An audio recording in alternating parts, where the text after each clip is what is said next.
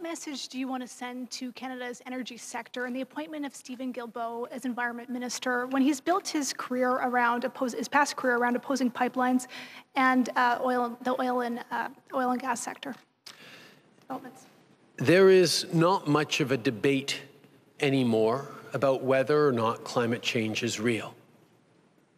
There are some corners of the public sphere where you still see that debate, but for most Canadians, and indeed most Albertans, we know that we need to look towards the future.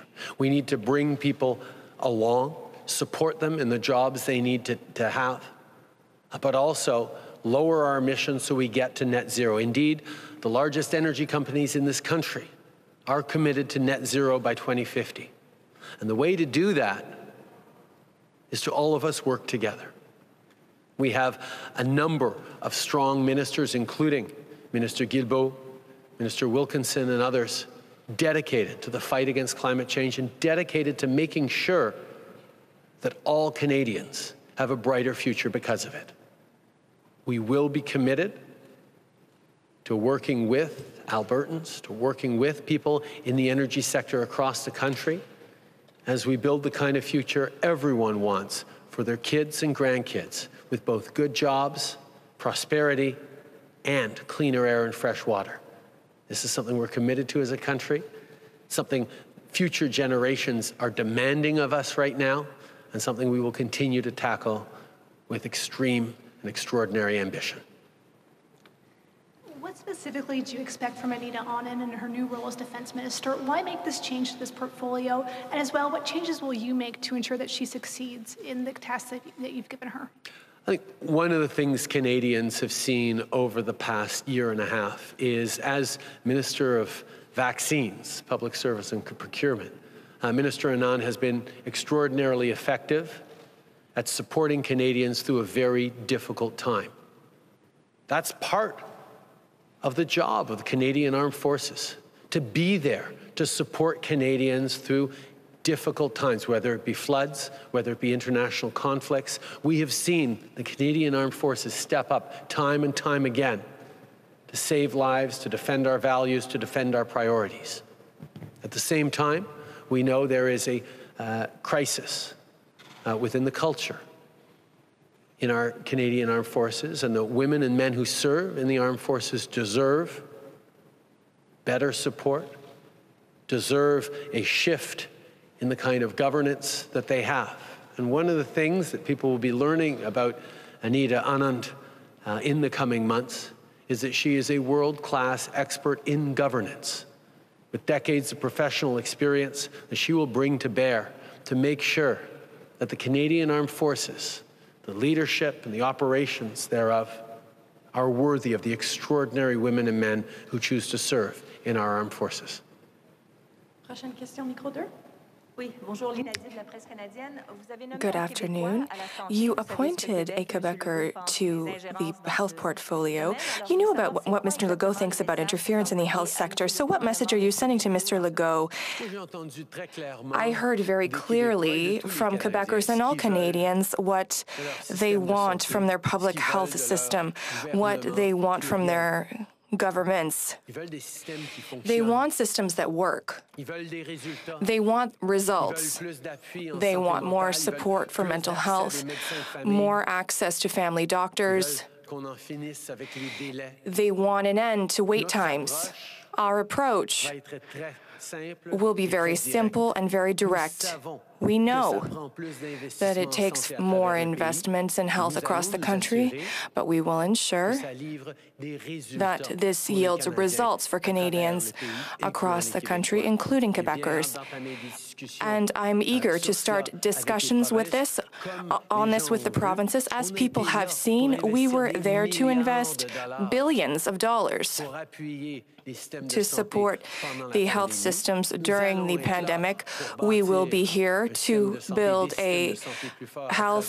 stronger health systems across the country, and we will do this in partnership by keeping at the heart of what we are doing the results that Canadians deserve to receive. You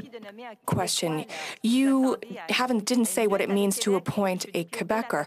Is Mr. Duclos the person to do this job? Answer.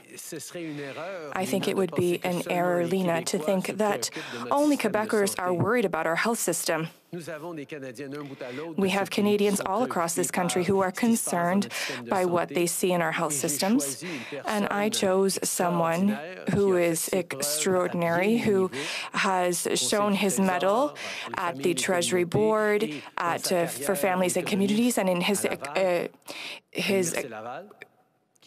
career at Laval University as an economist. He showed his problem-solving abilities, so I'm very eager to see him in communication not only with the government of Quebec, but also the governments of Ontario and BC and governments across the country. We are a federal government, and I try to appoint the right people to the right places, including Jean-Yves Duclos at the Department of Health. And he will make a difference in Canadians' lives. Next question. Good afternoon, Prime Minister David Baxter with Global News. What sort of specific direction will you be giving Minister Anand in crafting and implementing an independent mechanism to report military sexual misconduct? Well, I want to highlight, first of all, that over the past years, even though there have been real challenges in shifting the culture at the Department of National Defence and the Canadian Armed Forces, Minister Sajjan has consistently been someone who has been there to fight for the women and men who serve in our armed forces and to push back against the culture that excludes, that marginalizes people. And I thank him for his leadership and his service there.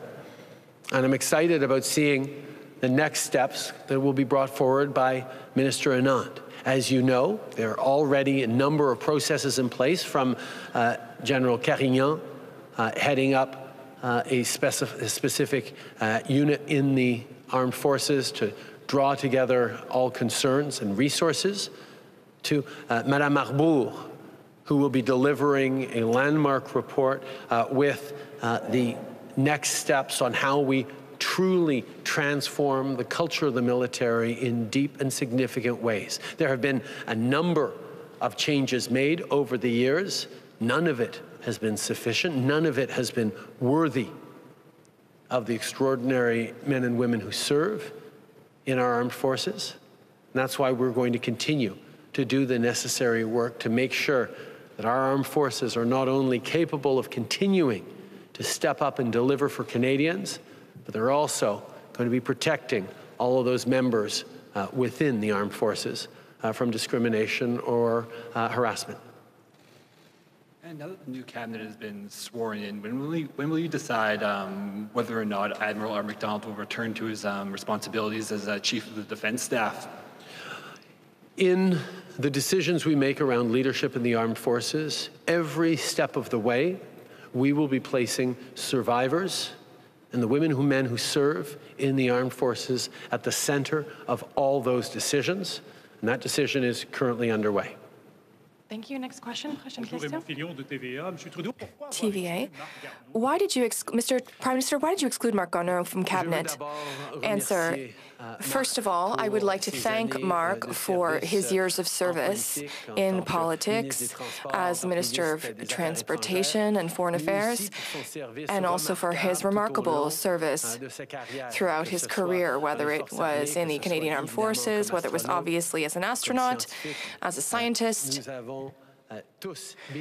We have all benefited from his work and service.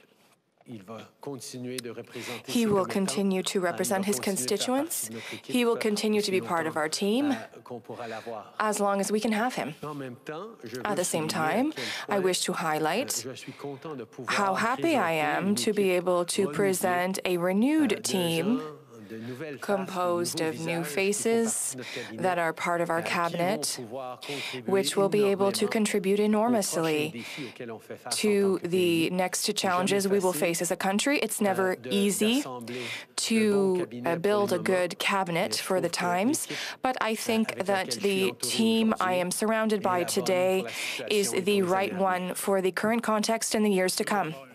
Mr. Trudeau, will he receive another position, perhaps as ambassador? And this is now the fifth foreign affairs minister in 6 years. What message does that send? Answer, I think people see how much Canada is involved internationally in multilateralism, in the large issues like the fight against climate change or fighting authoritarianism and the challenges that are posed to democracy around the world. We will continue to be a strong present partner, and I'm very eager to work with Minister Joly on the international checkerboard to continue to advance Canadians' priorities.